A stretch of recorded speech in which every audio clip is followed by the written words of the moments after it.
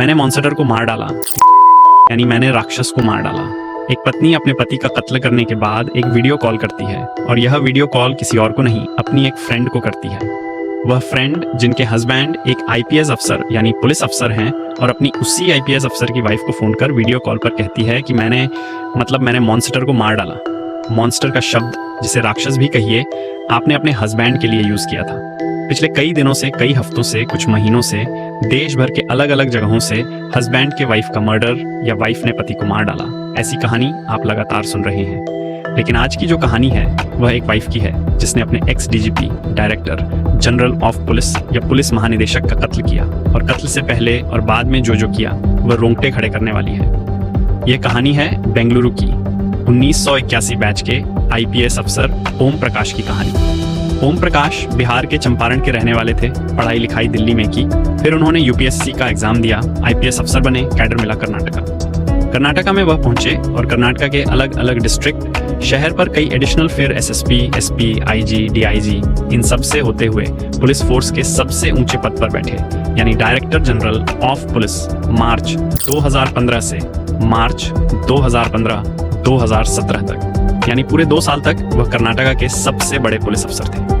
एक ऐसा पुलिस अफसर जिसके ऊपर कर्नाटका के हर शख्स की सुरक्षा की जिम्मेदारी थी, कर्नाटका के हर घर की सुरक्षा की जिम्मेदारी थी, और उसी शख्स की लाश उसी कर्नाटका के बेंगलुरु शहर में उन्हीं के घर के अंदर मिलती है। दुश्मन कहीं बाहर का नहीं था, कातिल भी घर का ही था, खुद उनकी अपनी बीवी। बात संडे की, यानी कल 20 अप्रैल। ये जो डीजीपी साहब हैं, इनके बेटे हैं कार्तिकेश।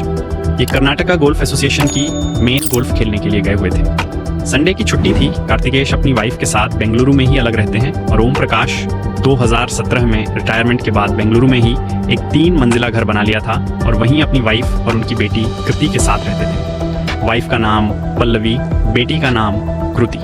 ओम प्रकाश जी की उम्र इस वक्त 68 साल, 60 साल में 8 से 8 साल पहले यानी 17 में वह रिटायर हुए थे, तो इसी बेंगलुरु के घर में रह रहे थे। शाम करीब 5 बजे कार्तिकेश के पास एक नेबर का फोन आता है और वो बताती हैं कि तुम्हारे फादर का कत्ल हो गया। कार्तिकेश ये सुनकर गोल्फ कोर्स से निकलते हैं घर के लिए, लेकिन इससे पहले 4 से 4:30 के बीच में 112 पर बेंगलुरु पुलिस को एक कॉल आता है। ये कॉल एक लेडी ने किया। लेडी अपना नाम बताती है पल्लवी, और पुलिस से कहती है कि मैंने अपने हस्बैंड को मार डाला है। क्योंकि हस्बैंड का नाम जब उसने बताया तो बेंगलुरु या कर्नाटका में हर एक कोई जानता था वह नाम, क्योंकि कभी कर्नाटका के सबसे बड़े पुलिस अफसर रहे थे ओम प्रकाश। पुलिस की टीम अब घर पहुंच चुकी थी। इधर कार्तिकेश गोल्फ कोर्ट से घर पहुंचता है। जब घर पहुंचता है तो उससे पहले ही पुलिस घर के अंदर थी। इसके बाद लाश को मोर्चरी ले जाया था, पोस्टमार्टम होता है। अब पुलिस पूछताछ करती है, एक कंप्लेनेंट चाहिए। शिकायतकर्ता तो कार्तिकेश यानी ओम प्रकाश का बेटा पुलिस में एफआईआर दिखाता है। एफआईआर में उसने कहानी ये दिखाई कि मैं गोल्फ कोर्स गया था गोल्फ खेलने, फोन आया, मैं घर आया तो पुलिस मौके पर मौजूद थी।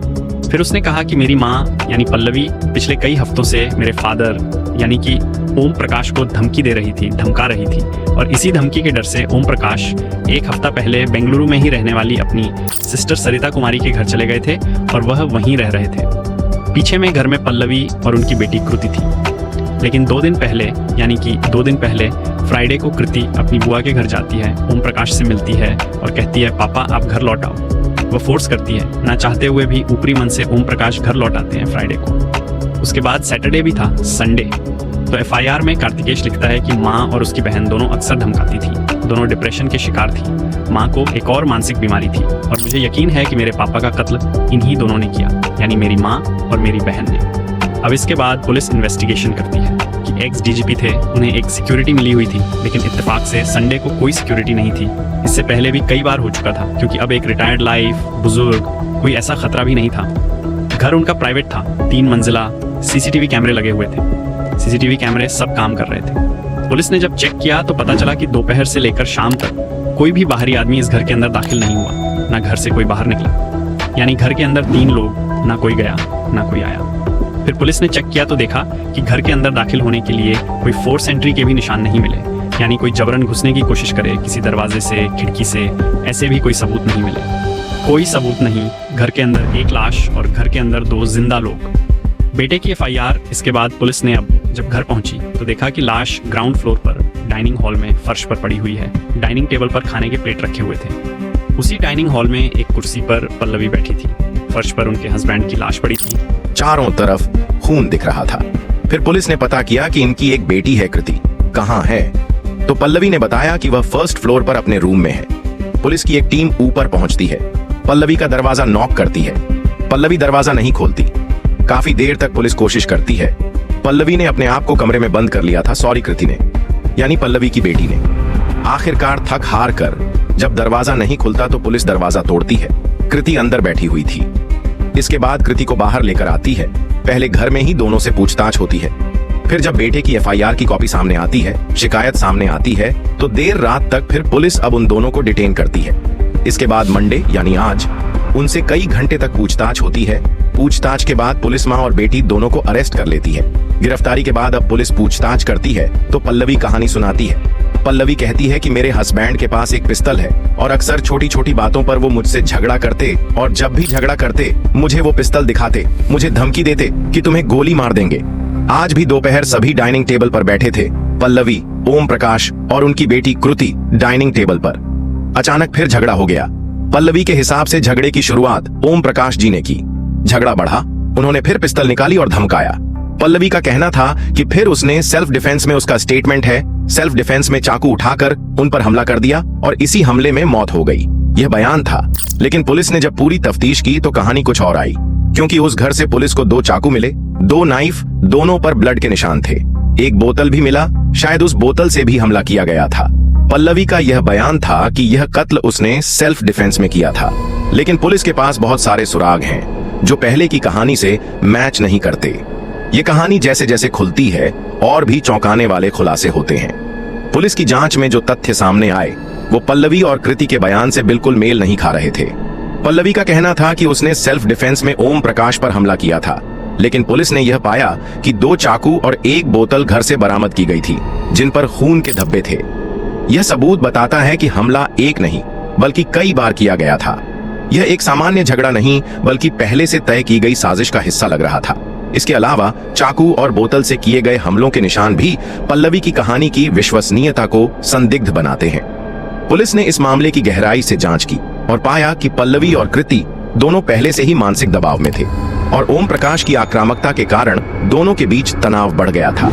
पल्लवी को लगता था कि उसके हस्बैंड का रवैया लगातार उसे नीचा दिखाने वाला था और बेटी कृति भी इस पूरे घटनाक्रम से परेशान थी। कृति के लिए यह बहुत मुश्किल था क्योंकि वह अपनी मां और पिता के बीच के संघर्ष को देखकर खुद को असहाय महसूस करती थी। इन दोनों की गिरफ्तारी के बाद पुलिस ने और भी गहरी जांच शुरू की। पल्लवी और कृति दोनों का बयान अब पूरी तरह से बदल चुका था। उन्हें पता था कि हत्या की साजिश अब पुलिस के सामने आ चुकी थी और वह खुद को बचाने के लिए कोई न कोई रास्ता तलाश रहे थे। पल्लवी ने यह स्वीकार किया कि हत्या का प्लान उन्होंने पहले से ही बना लिया था और वह केवल अपने पति से बचने के लिए यह कदम उठाने के बारे में सोच रही थी। इसके बाद जब पुलिस ने घर की छानबीन की और ओम प्रकाश के शव का पोस्टमार्टम किया तो पाया गया कि उन्हें गंभीर चोटें आई थीं, जो कि पहले से होने वाली हिंसा की ओर इशारा करती थीं। यह सब बताता है कि पल्लवी और कृति ने ओम प्रकाश के साथ कई बार हिंसक झगड़े किए थे और आखिरकार इन झगड़ों का खात्मा उसकी हत्या के रूप में हुआ। अब यह मामला कर्नाटका के इतिहास में एक बड़ा और चौंकाने वाला केस बन चुका था।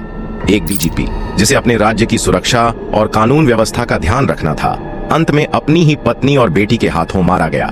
इस पूरी घटना ने यह भी साबित किया कि कई बार सबसे मजबूत और शक्तिशाली लोग भी अपने निजी जीवन में ऐसी परिस्थितियों का सामना करते हैं जिनका अंदाजा हम कभी नहीं लगा सकते।